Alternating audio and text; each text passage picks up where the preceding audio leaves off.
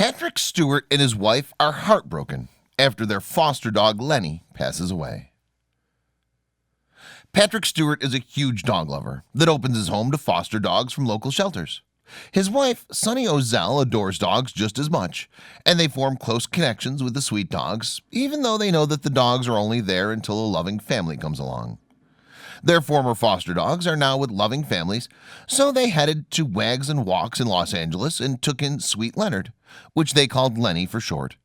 He was their first senior foster dog. The 10-year-old pit bull was as sweet as he could be. Lenny loved to rest in Patrick's favorite chair after devouring his nutritious breakfast. Lenny had never known a kind person or a soft bed, but he was showered with kisses and soft spots to lay in the Stewart's home.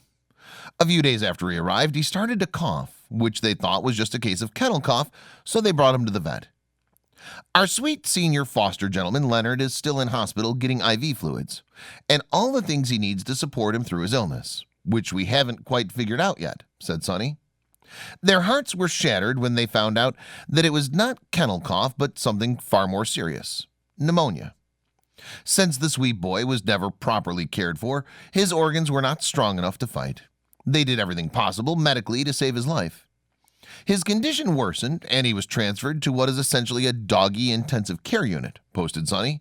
There were signs of bowel obstruction, a heart murmur, and his blood pressure was haywire. In short, he was undergoing multi-system failure. The vet advised the Stewarts to humanely euthanize him so he would not suffer. At about 4:30 p.m. yesterday, Lenny's doctor called me to let me know he believed it was time to let our sweet pup go. Thanks to LA traffic, I arrived at the hospital at about 5:10. I got down on the floor of Lenny's space and met his sweet old cataract's gaze. I kissed his big, gorgeous mocha noggin, scratched softly behind his ears, and stroked his velvet snoot. I told him over and over how loved he was, and I held his paw, wrote Sunny.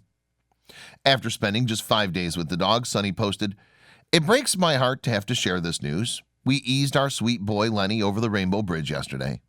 There's a reason folks use this euphemism. I didn't put him down.